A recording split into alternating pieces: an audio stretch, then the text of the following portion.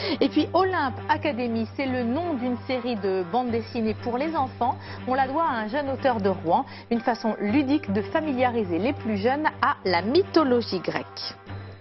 Il a, lui, 25 ans et se passionne pour une époque bien lointaine d'Internet et de ses cyberattaques. Bastien écrit et dessine des livres sur la mythologie qu'il a choisi de décliner à travers une collection de livres justement destinés aux enfants. Son objectif, expliquer les dieux grecs de façon simple et ça a l'air de fonctionner. Stéphane Gérin et Stéphane Lotte l'ont rencontré.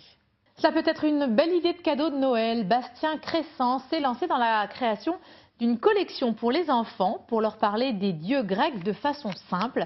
Ce jeune surveillant d'école de 25 ans adore la mythologie, une passion qu'il souhaite partager. Stéphane Gérin et Stéphane Lotte. Il y a ceux qui tombent dans la potion magique quand ils sont petits et ceux qui basculent dans la mythologie. Ça, c'est le cas de Bastien. Depuis sa plus tendre enfance, il se passionne pour Zeus, Ulysse ou encore Athéna. Quelques personnages parmi tant d'autres qu'il a voulu mettre en scène dans de courtes histoires sorties tout droit de son imagination et spécialement adaptées aux enfants.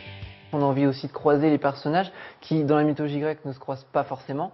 Mais ça m'amuse de me dire que tel ou tel personnage aurait pu être très très bons amis et d'autres se faire embêter par certains personnages.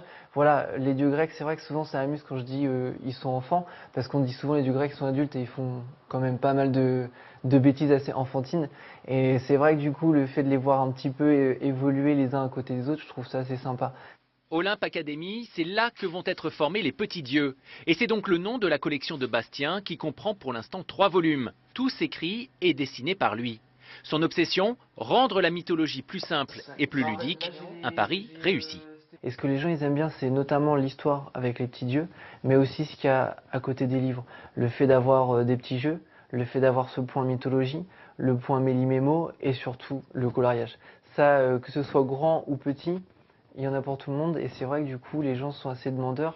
Bastien travaille toujours sur 2 volumes en même temps, le 4e est d'ailleurs pratiquement bouclé, et c'est Hermès, le messager des dieux, qui en sera le héros.